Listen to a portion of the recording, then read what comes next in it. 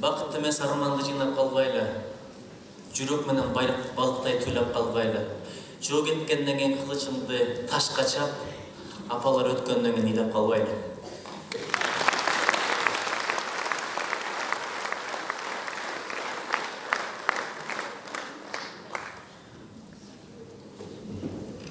Сүйген қыздарыбызға мен сені сүйемін деп айтқандан жадабасақ керек, аялдарыбызға азыр Құдай Таала мага 3 кыз берди.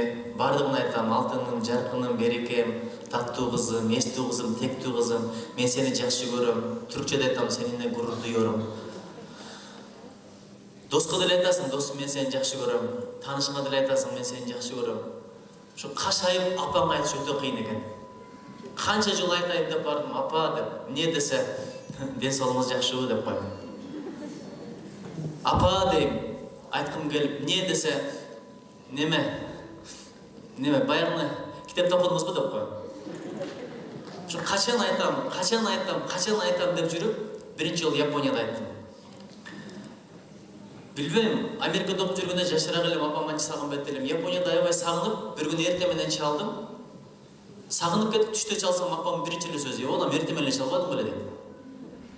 Анан ошондо биринчи жолу айттым, "Апа, экөөбүздүн кичине болсо дагы тууганчылыгыбыз бар экен. Бир. Экинчиден Кудай бизди адам кылып жаратыптыр.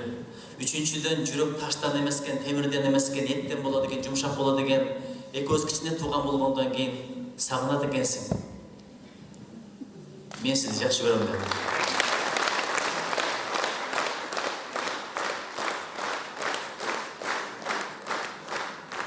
Апам аябай күлдү. Кийин билдим, апаны бир күлдүрүп койгон, бир жолу ажыга, бир жолу умрага баргандай соо экен. Эмелестетип көрүңүздөр, апаны бир жолу капа кылган кандай чоң күнөө. Өмүр бою ибадат кылып, апаңды бир капа кылып койсоң, атаң экөөнү, ошону менен тозого түшүп калышы мүмкүн экен. Дүйнөдө жаман иштерди кылып жүрүп, атаң менен апаңдын көңүлүн бир көтөрүп койсо, Кудай Таала ошол үчүн сени бейишке чыгарып коюшу мүмкүн экен.